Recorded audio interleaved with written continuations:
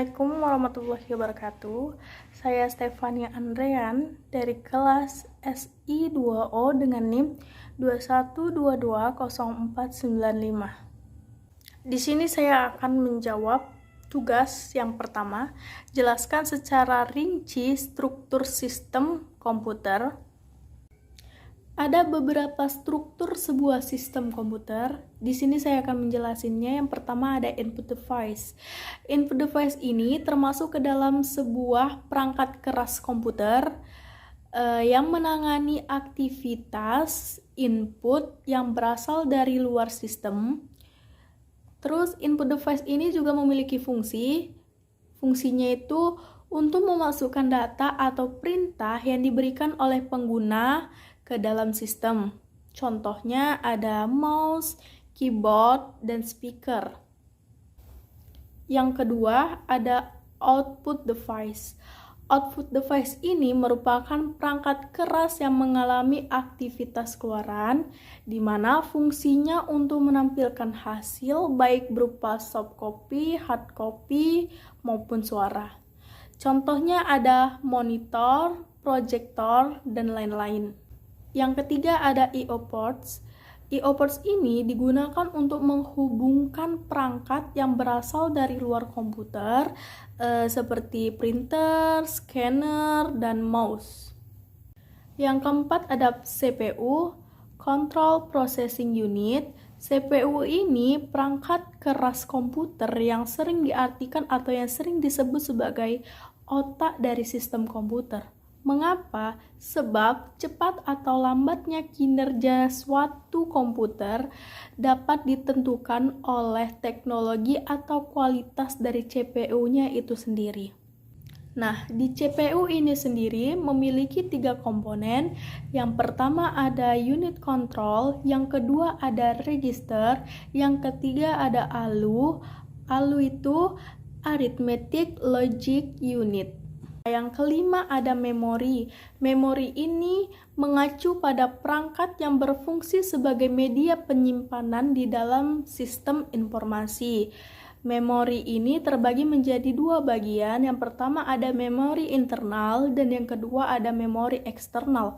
Memori internal ini biasa dikatakan sebagai memori utama dalam sistem komputer seperti RAM dan ROM. Nah, yang keenam ada control bus.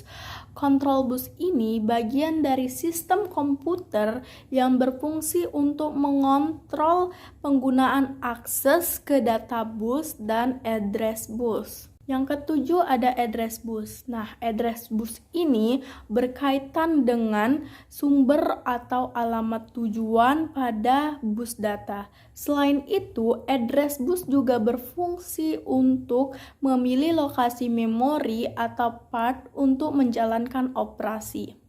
Nah, yang terakhir ada data bus atau yang ke-8 ada data bus.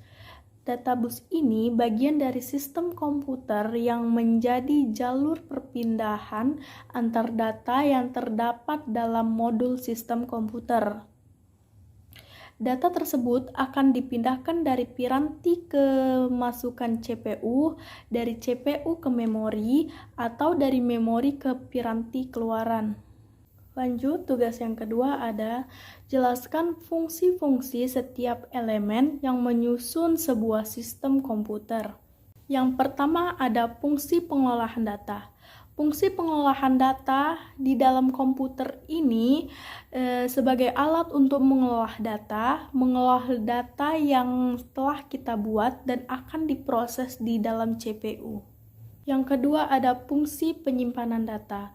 Fungsi penyimpanan data di dalam komputer ini sebagai alat untuk menyimpan data, yaitu untuk menyimpan data yang telah kita buat dan akan dapat membuka kembali file yang telah kita buat.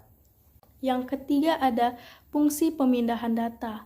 Fungsi pemindahan data di dalam komputer sebagai alat untuk pemindahan data, yaitu untuk pemindahan data yang telah kita buat dan akan dapat dibuka kembali file yang telah kita buat dengan cara mengcopy paste file yang telah kita buat. Nah, yang terakhir ada fungsi kendali. Fungsi kendali ini di dalam komputer sebagai alat kendali data, yaitu mengatur data yang telah kita buat dan yang akan kita buat, dan dapat membuka kembali file yang telah dibuat. Sekian penjelasan dari saya. Mohon maaf atas kesalahan. Saya akhiri dengan wassalamualaikum warahmatullahi wabarakatuh.